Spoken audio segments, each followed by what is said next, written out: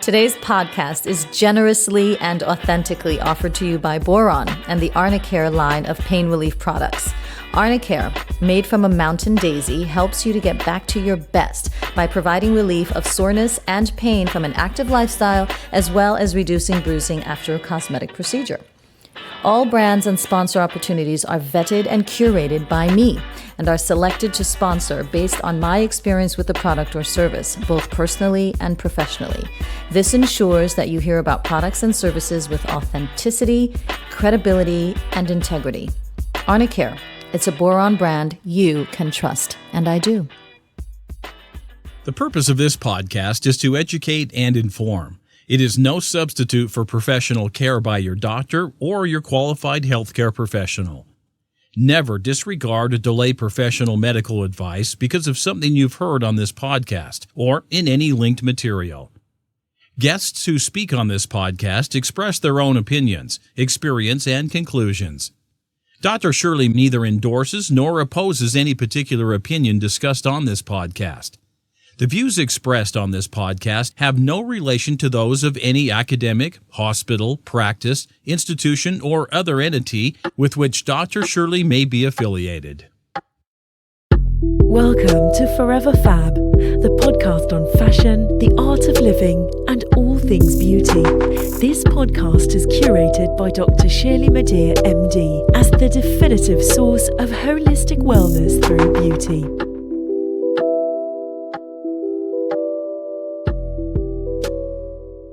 Welcome to Forever Fab, the podcast dedicated to fashion, the art of living well, and all things beauty.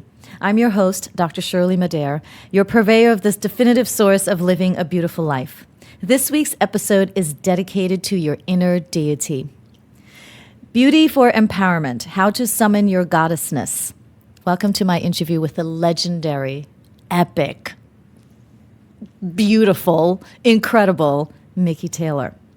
For over 30 years, Mikki served as Essence Magazine's groundbreaking beauty and cover director, and she's now its editor-at-large. As an entrepreneur, she's also the founder and president of Mikki Taylor Enterprises, LLC, and Satin Doll Productions, I love that, which is a full-service image building and consulting division of which I will soon become a client. She is a published and acclaimed author, having penned Self-Seduction, Your Ultimate Path to Inner and Outer Beauty, and Commander in Chic, Every Woman's Guide to Managing Her Style Like a First Lady, most notably Michelle Obama.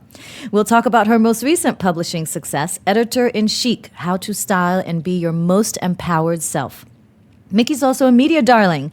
She's appeared in and on The Oprah Winfrey Show, The View, Today, Weekend Today, The Early Show, NBC, Nightly News, Extra, Inside Edition, E! Entertainment Television, CNN, TV Guide, TV Channel, VH1, Style Network, Life and Style, WeTV, CBS 2 Morning News, The Style Network, Pure Oxygen, BET, Monique's Fat Chance, TV One's host of Makeover Manor, and Flavor of Love Girls Charm School. And the list goes on. That was just a few. She's also a teacher. At the invitation of Ms. Oprah herself, Mikki served as an instructor to 149 girls aged 12 to 14 at the Oprah Winfrey Leadership Academy for Girls as part of its arts workshop in 2007. Mikki taught a course called Celebrating Your Unique Beauty and Style, and we'll touch upon that today. A 3-part workshop that addressed practical and timeless elements of social graces and the essential basics of inner and outer beauty. She also taught Your Best Shot, a session which taught the skills to ensure a phenomenal photograph.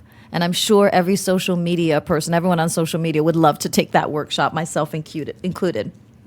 As importantly, Mikki is a mother, a wife, and a dear friend. Thank you so much for your time, Mikki, and welcome to the Forever Fab podcast. Thank you. I'm so honored to be here. Let's get at it. Mikki, where did you grow up and how did you fall in love with fashion and beauty? Oh my gosh, I grew up in what I call beauty school. I grew up in Newark, New Jersey, which we, lovingly refer to as Brick City.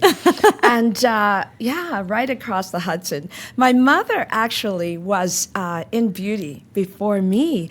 She was a longtime hairstylist, makeup artist, and wardrobe stylist Yes. to the legendary Sarah Vaughan. Oh, my gosh. And so, for me, just her travels around the world, the information she brought back, the people in her circle, women like Lena Horne, Ella Fitzgerald, Wow. Carmen McRae, the list goes on. And Sarah herself, in fact, my mother, Sarah bought the house we lived in across the street from her so my mother goodness. could be close. Oh, my goodness. Because they were schoolgirl friends. So, those, not only were those lessons in beauty so profound for me, but sisterhood also. Yes, the relationship, So, the yeah, friendship. watching that, my mother bringing back beauty products from all over the world. I was particularly struck by the drams, as they used to call them, of foundations that she would bring back from Europe Yes. in shades that matched our brown skin, Which when was you unusual. couldn't get them here Yes. in the U.S. Right. And so naturally, I got in a lot of trouble because every time she went on the road and they were gone like by 3 months, 4 months time, Wow. I would get in all her stuff. Yeah, those are the And days play. of ocean liners, of course. So they were gone a long time, and I played. And then after my mother retired, after about 10 years on the road with Zaz, she opened her own beauty salon. I see. And that's where I got to see what I call the transformative power of inner and outer beauty up close and personal on everyday women. And I realized that women weren't just coming in for a great hairstyle. They were coming in for fellowship. They were coming in for therapy. They were Absolutely. coming in for solutions to challenges. They were coming in to affirm one another because Black women were still the invisible women, if you will, Yes. while I was coming of age.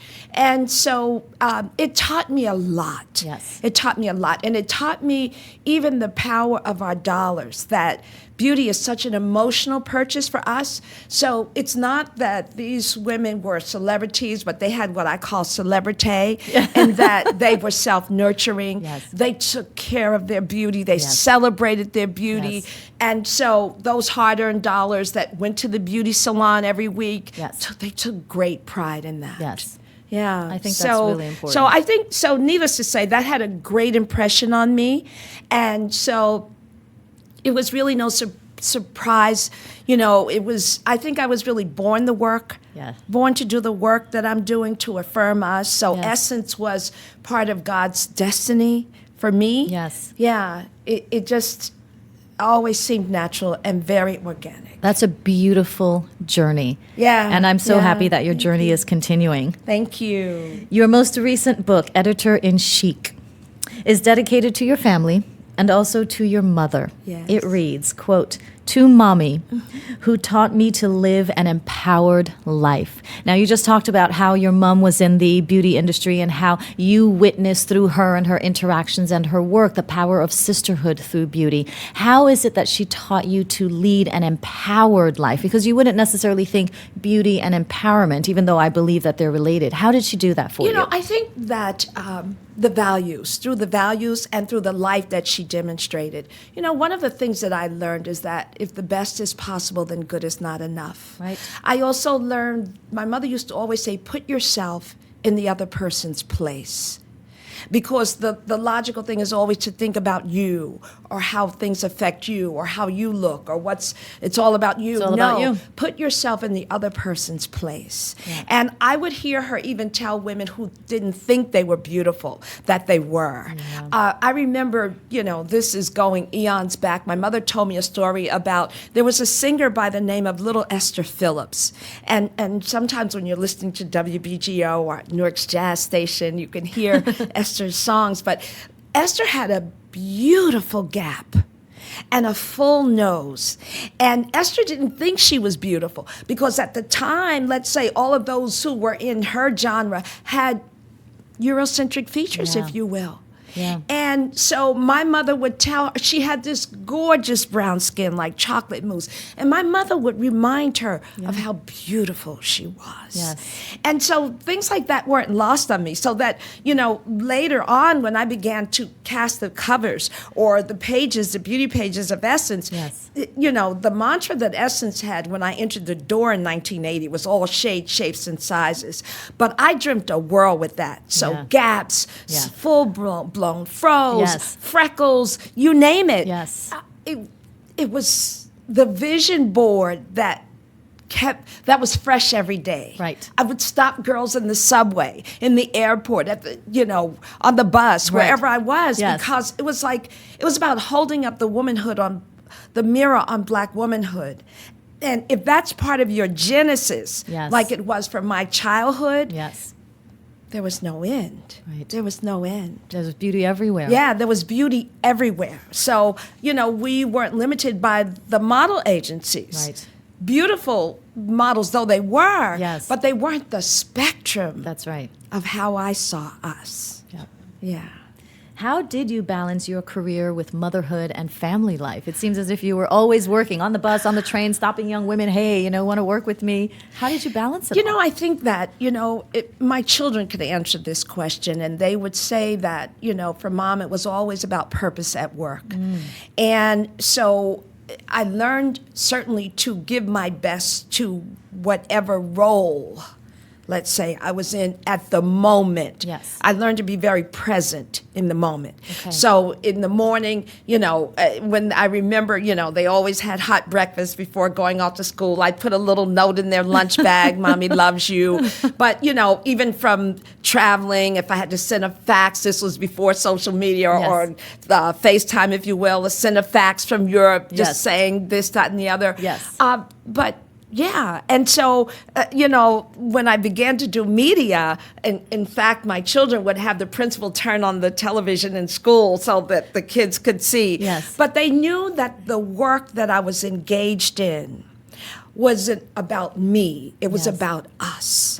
And so I always said, if you're going to give yourself to something, Yes. and whatever your purpose is, that's where you're spending the most of your time, if Yes. you're honest. Yes. That it had to be that which would live on it, let's say, long after I was gone. Create a legacy. Yeah. And again, that's what I was taught at home. I was taught not to take the road well traveled, but to blaze a trail and leave a legacy. Right. That was like the least you could do. Absolutely. You are indeed a living legacy. I'm so thank grateful for you, Mikki. You and I had an email exchange the other day that left me even more in awe of you. And you said, quote, I penned editor-in-chief because I wanted multi-generational women to lead fearless and empowered lives, to celebrate their beauty and be centered in an authentic identity that transcends the opinions and approval of others. This is what owning your life and knowing your value is all about. It compels you to live with authority and embrace the cost as well as the delight of being yourself. Your words could not ring more true. I definitely think that in the age of social media and what's happening in politics and all around the world, we are having a sort of a crisis of identity and a crisis of authenticity. Do you feel that there is amongst women a multi-generational crisis of empowerment, that women in particular are not given or taking the opportunity to express their inner goddess? I do. Even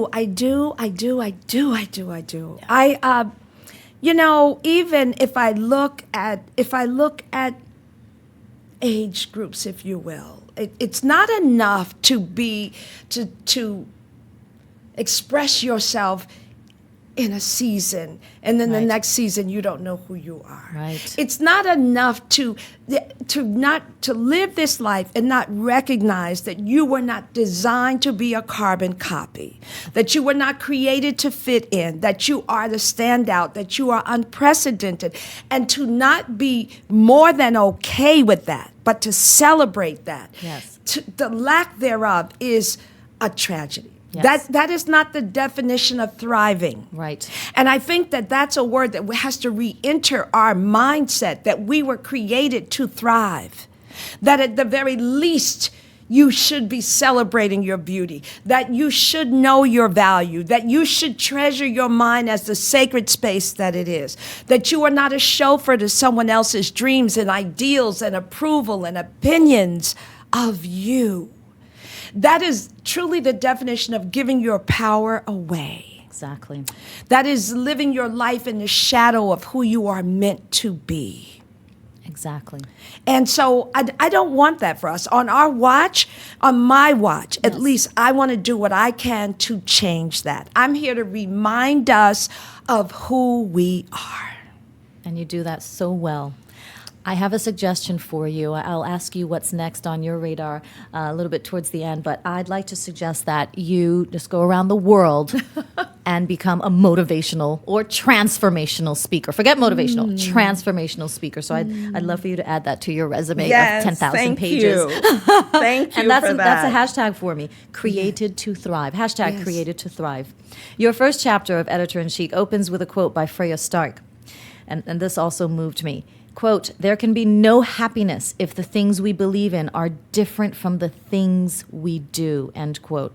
In the time of social media and current affairs, it can be challenging to express our authenticity. And do you believe that beauty, the beauty industry, offers us a way to reclaim our authenticity? And what are some of the ways in which we can claim our true voice and speak it proudly and loudly?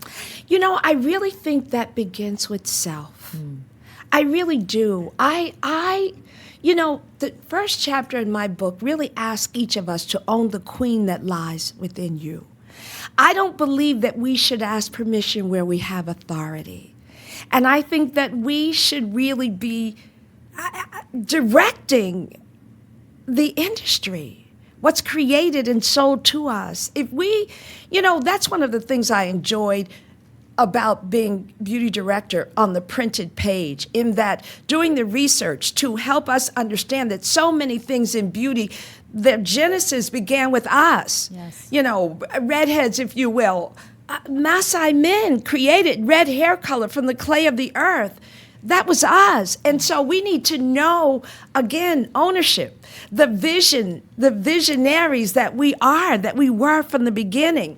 So I really think that that is part of living from the inside out as opposed to the outside in. Agreed. You know, I look at the things that are taking place, and I smile sometimes. You know, blue lipstick having trending such I a can't do heyday, it. I can't and do I it. created blue lipstick on our pages back in the 80s. Yes. But because there is nothing, you know, the Creator dreamt us in color, so there's no color. There's nothing we can't play with, nothing we can't express. If we look at our visionary hair textures and colors and features and what have you, so. Again, that is the gem in the crown. The key gem in the crown is who looks back at you in the mirror every day, knowing who you are, and how do you want to express that? Even how you want to express the many women that live inside of you. Yes.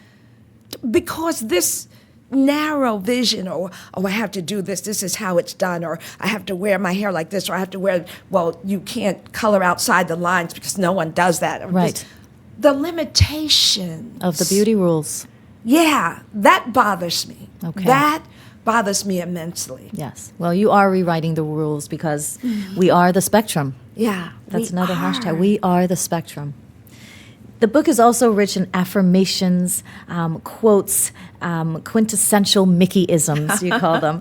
Personally, what are some of the most impactful words that you live by, and what are some of your favorite PowerPoints? Oh my gosh. Well, dream live. Yeah. Because I don't, you know, daydreaming I think is for children. And I think that grown women should dream live. And that means that you have to do so with strategic intention. That means that you have to activate. It has to be more than a theory. There is no calendar with one day or someday. So when, not I wish, it's when. Purpose at work is another one of, you know, my favorite hashtags, if you will, because that's my checkpoint. Is it purposeful? Is it meaningful? How am I spending my time, my think space? What's dwelling in my vision space, if you will? Oh gosh, there's determination. In fact, you know, in chapter 1, I talk about instead of waking up with an alarm clock, I'm very thankful that I don't have to use an alarm clock, but waking up with a key word that sets the tone for your day. Determination is one. Okay. Patience could be another. Challenge proof is another. Just what are the words that are going to guide your day, and if that's the sieve through which you process everything that you do and receive, Yes. how different your life would be. There wouldn't be any more dreaded Mondays, for that matter. Exactly. No day is dreaded for No, me. right. Hump day. What is a hump day? Yeah. Yeah. know, actually. So, if you just kind of erase, again, I say so much of the way we live is programmed and in sync with the ways of others, Yes. that we don't stop to think. We don't stop to think what's important to us. We don't stop to challenge the status quo. And to to say, feel. well, what? Right. Why? Well, who said? Who told you that? Why Right. did you buy it? Right. Yeah. Fantastic. I usually wake up in the mornings with gratitude, first thing, and then, I'll get to my horoscope. But I think I'm going to change that. I will start with gratitude always, but then I'm going to start with a different word of the day. I get, word genius of the Yeah, day, and it's like yeah. mellifluous, and Yeah. all these big words which sound Yeah. really sexy. But I think it's sexier to start with determination or challenge proof or authenticity. Right. I'm changing it up, Grace. Nikki. Grace. Right. Love. Grace, love. Creativity. Right. Joy. Joy. Exactly. Playtime. Exactly. Yeah. I'm changing it up, Mikki. Thank you. Your book is incredibly empowering and inspiring, and I think our listeners will attest to that. It seems to me that there's an underlying relationship between beauty and empowerment. I once, years ago, started an organization called Beauty for Empowerment. It has always been my belief. My practice in plastic surgery is holistic beauty for the discerning. Can you discern inner beauty from outer beauty, and that they both work in concert together? How do you believe the two are related? Can we empower ourselves through beauty, or is it the other way around? Well, first of all, when it comes to inner and outer beauty, I don't think you should have one without the other. And I really do think that outer beauty without an inner foundation is just decoration. Yes. It's Yes. superficial. It's Yes. not substantive. It doesn't have roots. Yeah. And that's really important. That goes, right back to self-worth. Because again, self-perception even, it colors everything in your life. Yeah. So that you're not going to live any better than what you believe to be true. Exactly. So again, knowing your worth, celebrating your beauty, appreciating your distinctiveness. I could just go on and on. At the end of the day, it keeps you from getting in your own way. So outer beauty without inner beauty, or without that deep foundation and connectedness to your power, Right. is actually self-limiting. Right. Without question. Without question. And it is fragile at best. Right. Right. I had the pleasure and honor of contributing to your most recent book. Thank you. At social events, however, I sometimes meet people who insist that they would never undergo a procedure or do anything to their skin. So sad. In your chapter on skin, you describe a number of skincare options and treatments. Do you believe it's possible to age well and abstain from any skincare or any procedures ever? I don't think that, genetics aside, I don't think that great skin happens without intentional care. I love it. I really do not. We take care of our babies. They're born with perfect skin. But the moment they arrive, we recognize that we are responsible for nurturing that beautiful skin. I think that we should treat our own skin like that of a newborn. Yeah. I think that you should have a relationship with your skin. You recognize its changes. You recognize what it needs. Yes. You recognize that it's important what you put topically on your skin as much as it is what you put internally that feeds your skin. Agreed. I do think that practices, treatments, I do think that's a choice.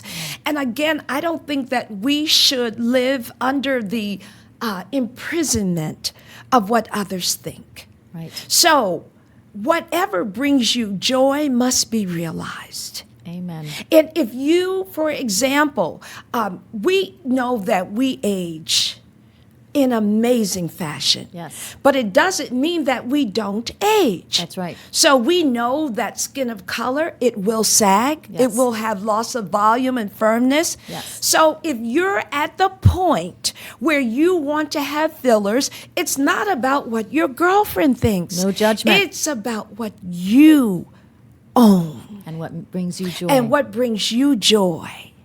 Now, by the time we wrinkle, so to speak, Yes.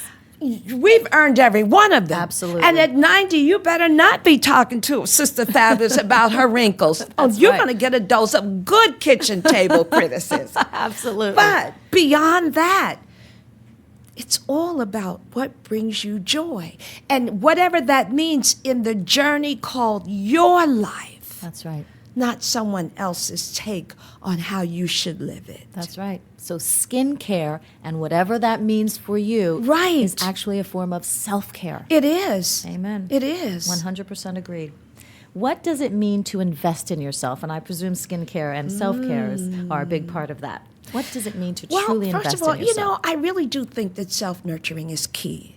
I do think that investing in yourself is, again, an inner and outer principle. In fact, I talk in my book about, doing one exercise a week that really is about your mind and your mental state, as opposed to just all the aerobics and the bar and the this, that, and the other for your muscle tone and so forth. Absolutely.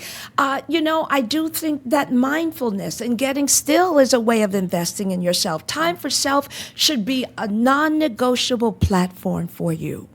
We need to do better at setting priorities. Yes. We need to learn to lovingly say no and recognize that we cannot be available to and everyone that pulls on us. I do think that we should have a temple management team because I don't think we should do it by ourselves. So if you have a hairstylist and a manicurist and your medical doctor, you've already started one. Yeah. What else do you need at this season in your life? And it will change. But who else should be on that list? Is it an esthetician? Is it a dermatologist? Yeah. Is it a plastic surgeon? Is it a podiatrist? Right. Is it a hair loss expert? Yeah. So just recognizing that you deserve the best. Yeah. That's where investing in yourself begins. How you see yourself, what you know you're worthy of. Again, embracing the cost as well as the delight of being yourself. Right. It should cost something to be your best self. It absolutely should, because you're worth it. Absolutely. So, people speak about the brain trust, but you are speaking about a temple trust. Temple Honor trust. thy temple. That's and right. Whoever is a part of That's that right. tribe, just invite them in and be prepared That's to pay exactly for it. right. I love it. So so now we're talking about the temple management. What about the celebration circle? What is it and how do we create one? So, celebration circle is a term that I coined because I wanted us to recognize that our greatness was not designed to operate in isolation. And I think that is, as time goes on, I see us operating more and more in isolation. We think that we have fellowship because we may have 5,000 friends. No, you do not. We think that we have to have all the answers. No, you do not. You need a celebration circle, and that is a team of celebrants whose clear purpose is to see you thrive, to see you win, who will check, polish, push you, who won't entertain you in your pity parties, who will remind you of the truth of who you are, who will remind you of those who may be toxic in your circle, and that you need to stop hallucinating. People who tell you the truth. People who tell you the truth and help you be your most authentic self. I'm going to start one straight away. Mikki, I'd love for you to be a part of my celebration circle. Indeed. You and I share a splendid case of wanderlust. Yes. You have traveled extensively. What has travel or other cultures taught you about the global appreciation for beauty? And is there a universal beauty standard? Oh my gosh. Wow. Travel, I know. There's so much. there is so much. I mean, when you think about, I have takeaways from everywhere. From the motherland, I have takeaways from Iceland, from Brazil, Yes. from the nation. And It has taught me, first of all, to, again, how amazing God is. Yeah. Again, when you hear me say that we are unprecedented, Yes. I've looked in the face of us everywhere, and to Yes. recognize that, I've seen zebras running wild, I've seen twins, and, but when you think about each of us, that there is not another you on this planet. No. So it's taught me, first of all, a supreme appreciation for how distinctive we are. Yes. It has taught me an appreciation for the glory of womanhood. Yes. Today's podcast is generously and authentically offered to you by Boron and the Calendula line of first aid and skincare products. Calendula, made from a garden marigold, is ideal for use on dry, irritated, or sunburned skin, all without fragrances, dyes, or parabens. Try mixing it with your moisturizer or night cream, or apply it alone after an exfoliation or a cosmetic medical procedure. All brands and sponsor opportunities are vetted and curated by me and are selected to sponsor based on my experience with the product or service, both personally and professionally. This ensures that you hear about products and services with authenticity, credibility, and integrity. Calendula, a Boron product you can trust, and I do.